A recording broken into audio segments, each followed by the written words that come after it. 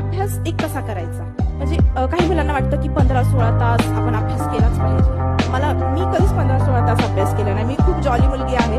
मी कधीच 15-16 तास अभ्यास केला नाही. एक ॲव्हरेज 8 ते 10 तास रोज अभ्यास केलाच पाहिजे. ॲव्हरेज राहिलंच पाहिजे.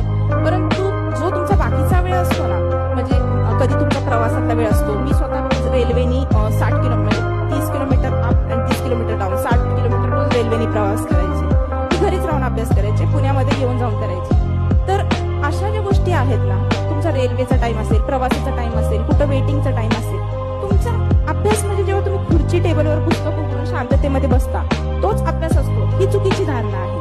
जेव्हा वेळ भेटेल, जेव्हा इच्छा करेल तिथं पुस्तक खोला. पुस्तक खोलणं शक्य नसेल, मोबाईलमध्ये असंख्य ऍप्स आहेत. संविधानावर, मराठी ग्रामरवर, MCQsवर, करंट अफेअर्सवर सगळे ऍप्स मोबाईलमध्ये डाउनलोड करून ठेवा. गर्दी असेल, कुठं वेळ असेल, कुठे दवाखान्यात थांबलाय, कुठे रेल्वे